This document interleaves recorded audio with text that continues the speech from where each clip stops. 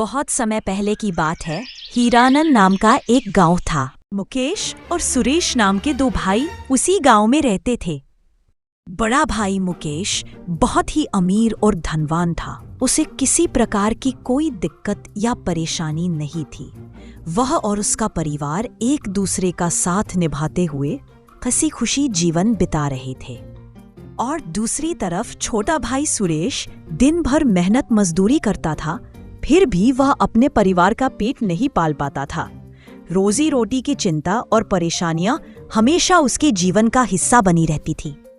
उसकी पत्नी उसे हमेशा समझाती, पता नहीं हमारे परिवार को किसकी बुरी नजर लग गई है। हम तो हमेशा ही गरीबी में ही रह गए। हमारे छोटे से परिवार को इतना दुख सहना पड़ रहा है कि अब तो मन भी टूटा जा रहा है।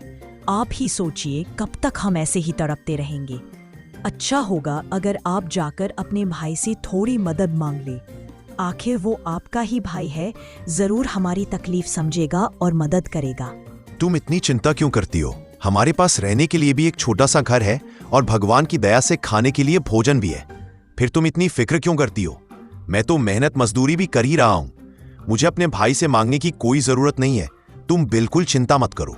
उसकी पत्नी बार बार उसे प्यार से समझाती, आंखों में चिंता और दिल में दर्द लिए, लेकिन वह हर बार उसकी बात को टाल देता। उसे विश्वास था कि भगवान ने जितना दिया है वही उसके लिए पर्याप्त है। ऐसे ही उनका जीवन कटता रहता है और कुछ महीने बीत जाते हैं। दिवाली का अवसर था। पूरे गांव में दिवाली का उत्सव बड़े हर्ष और उल्लास के साथ मनाया जा रहा था। और उधर मुकेश के घर में भी मानो जैसे खुशियों का सैलाब उमड़ आया हो। उसका पूरा घर दीपों की रोशनी से जगमगा रहा था। एक तरफ सुरेश से अपने परिवार की यह हालत देखी नहीं जा रही थी। दिवाली का दिन होने के बावजूद उसके घर में न कोई खुशियां थी, न कोई रोशनी, न ही मिठाइयां, कुछ भी नहीं था। वहां का माहौल बहुत दुखद था और सुरेश भीतर ही भीतर बेहद व्यथित था। वह बेचारा बार बार विचारों में डूबा रहा और सोचते सोचते अंततः अपने भाई के पास जाने का निश्चय करता है। उसे उम्मीद थी कि शायद उसका भाई ही उसकी मदद कर दे और उसके घर में भी दिवाली के दिन कुछ मिठाइयाँ और खाने पीने का सामान आ जाए, ताकि उसके परिवार के चेहरे पर भी खुशी की एक किरण जगमगा उठे। सुरेश अपने भाई के घर पहुंच जाता है। अरे सुरेश, आओ आओ, बहुत अच्छे दिन पर आए हो। तुम्हारी भाभी ने तो आज बहुत सारी स्वादिष्ट मिठाइयां बनाई है और पूरा घर सजा है। देखो, चलो तुम भी मेरे साथ मिलकर खाना खाओ। आओ चलो चलते हैं। नहीं भैया, मैं आज नहीं खा सकता। मेरे घर में तो खाने का एक दाना तक नहीं है, इसीलिए मैं आपके पास आया हूँ। आपसे हाथ जोड़कर विनती करता हूँ कि मेरी मदद कर दीजिए। मुझे मेरा हिस्सा दीजिए ताकि मैं अपने परिवार का पेट भर सकूं, उनके चेहरे पर मुस्कान ला सकूं और उन्हें भी दिवाली का त्योहार खुशियों के साथ मना सकूं। तुम्हारा यहाँ कोई हिस्सा नहीं है, समझे? पिताजी ने तुम्हारे लिए कोई हिस्सा नहीं छोड़ा है। तुम होते कौन हो मुझसे हिस्सा मांगने वाले? बेईमान, कहीं तुम्हें शर्म नहीं आती कि तुम अपने बड़े भाई से हिस्सा मांग रहे हो? अब यहां से निकल जाओ, समझे? सुरेश को समझ नहीं आ रहा था कि उसके भाई ने उसे इतना बड़ा धोखा कैसे दिया, लेकिन फिर भी वह वहां चुपचाप उदास मन से कुछ बोले बिना वहां से निकल जाता है। बेचारा सुरेश बहुत ही उदास, चिंतित और परेशान मन के साथ अपने भाई के घर से निकल जाता है। वह बेचारा यही सोच रहा था कि अब मैं अपने परिवार को कैसे देखूंगा और उनका पेट कैसे भरूंगा। जब सुरेश थोड़ी दूर आगे बढ़ता है तो उसे बुरी औरत दिखाई पड़ती है। अगर मैं इस बूढ़ी औरत की मदद करूंगा तो पक्का वह मुझे कुछ पैसे देगी और मैं उन पैसों से अपने परिवार के लिए मिठाइयाँ खरीदकर ले जाऊंगा। हाँ, यही सही रहेगा। मैं इस बूढ़ी औरत की मदद कर देता हूँ। अरे बेटा, जरा यहाँ सुनो। क्या तुम मेरी मदद करोगे इन लकड़ियों के गट्ठल को उठाकर मेरे घर तक पहुँचाने में? हाँ अम्मा, मैं आपकी मदद कर दूंगा। चलिए, मैं आपके लकड़ियों के गट्ठर को आपके घर पहुंचाता हूं। बेचारा सुरेश लकड़ियों के गट्ठर को उठाकर उस बूढ़ी अम्मा की मदद करने निकल पड़ता है। वह बेचारा बहुत ही ईमानदार और दयालु था। वह सबकी मदद करता था पर सबके लिए भला ही सोचता था। अरे बेटा, जरा सुनना, तुम्हें क्या हुआ है?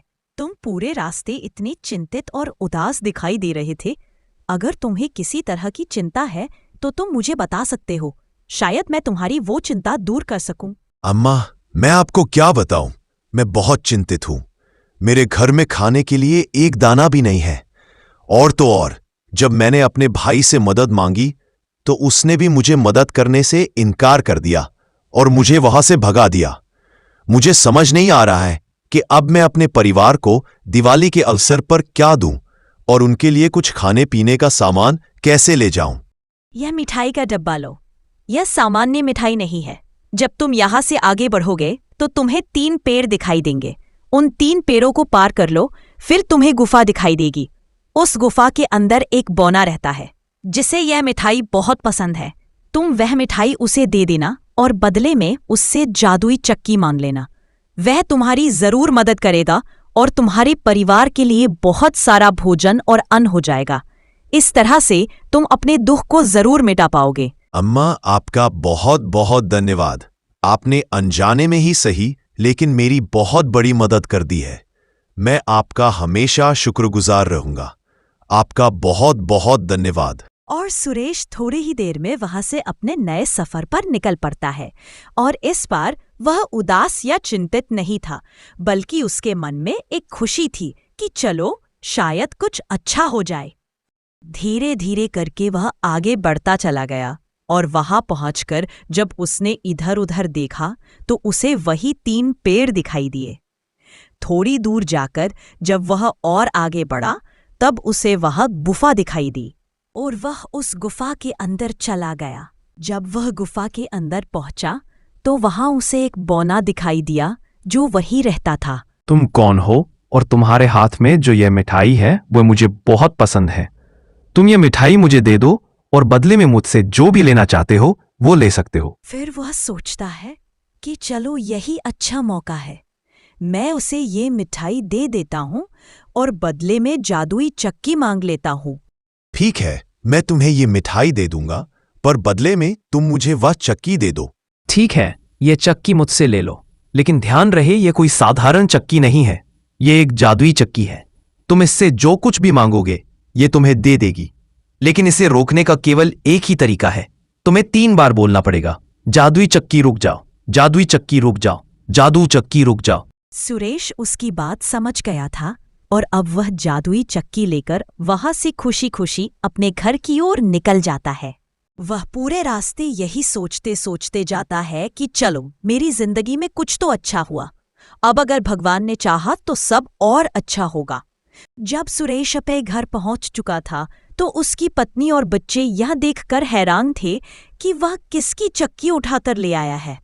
सुरेश अपनी पत्नी को सारी बातें बताता है, पर उसकी पत्नी को ये सब बात बिल्कुल विश्वास नहीं होता। तो वे लोग सोचते हैं कि चलो एक बार चलाकर देखते हैं जादुई चक्की को। फिर वे लोग जादुई चक्की को चलाने की कोशिश करते हैं। चक्की चक्की मुझे खूब सारा खाना दो, अनगिनत प्रकार के व्यंजन दो। और तभी जादुई चक्की चलने लगती है और उसके सामने अनगिनत प्रकार के व्यंजन आ जाते हैं। और सुरेश और उसका परिवार पहली बार जीवन में इतना अच्छा और स्वादिष्ट खाना खा रहे थे। वे और उनका परिवार भर पेट खाना खाकर बेहद खुश हो गए। सुरेश ने समझा कि वह जादुई चक्की से हर दिन अनाज मांगता और उसे जाकर दुकानों में बेचता। इससे उसे बहुत ही अच्छा मुनाफा होता। इसी तरह से उनका जीवन सुख और समृद्धि से भर गया। अब सुरेश ने अपने पैसों की मदद से एक सुंदर और आलीशान घर भी खरीद लिया था और वह और उसका परिवार इसी घर में सुख शांति से रहने लगे। पर यह बात उसके बड़े भाई के दिल में हमेशा के लिए एक दर्द बन गई थी। वह सोचता रहता कि आखिर कैसे सुरेश रातों रात इतना अमीर हो गया। उसके मन में ईर्ष्या और उलझन दोनों एक साथ उठती रहती थी। आखिरकार वह खाने पीने के बहाने सुरेश के घर जाने का मन बना लेता है, अपने दिल में बेचैनी और जिज्ञासा लिए। खाने पीने के बाद वह लोग के घर से बाहर निकलकर चुपचाप झांकता है और देखता है कि वे लोग क्या क्या कर रहे हैं और वे लोग कैसे अमीर बने हैं। और उधर सुरेश अपने घर में बैठकर जादुई चक्की से खाना और अनाज मांगता है और ये सब कुछ उसका बड़ा भाई चुपचाप देख रहा था। सब कुछ देखकर उसका बड़ा भाई समझ जाता है कि ये लोग कैसे अमीर बने। फिर उसके दिमाग में कई चालाक योजनाएं चलने लगती है और वह वहीं से निकल जाता है। अगले दिन जब सुरेश अनाज बेचने के लिए बाजार गया होता है तो उसका बड़ा भाई चुपचाप उसके घर में बिना किसी को बताए चुपके से घुस जाता और वहां से जादुई चक्की चोरी कर अपने घर ले जाता है। उसके इस काम में दिल में लालच और रोमांच दोनों झलक रहे होते हैं। आप ये चक्की किसकी उठाकर ले आए हो? जाइए जाकर ये चक्की उसे वापस करके आइए। आप भी ना कुछ भी करते रहते हैं।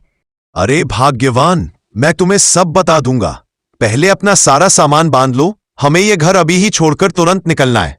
जल्दी करो। फिर महेश और उसका पूरा परिवार अपना बना बनाया अच्छा और सुंदर घर छोड़कर सामान के साथ निकल जाता है। महेश अपने पूरे परिवार को यह दिखाने के लिए कि जादुई चक्की कैसे काम करती है, उससे अनाज मांगता है। जादुई चक्की अनाज देना शुरू कर देती है, लेकिन उसे इसे रोकने का तरीका नहीं पता था। इस तरह से वह और उसका पूरा परिवार समुद्र में डूब जाता है। यही कारण है कि जीवन में लालच करना बहुत बुरी बात है। हमें कभी भी लालच नहीं करना चाहिए।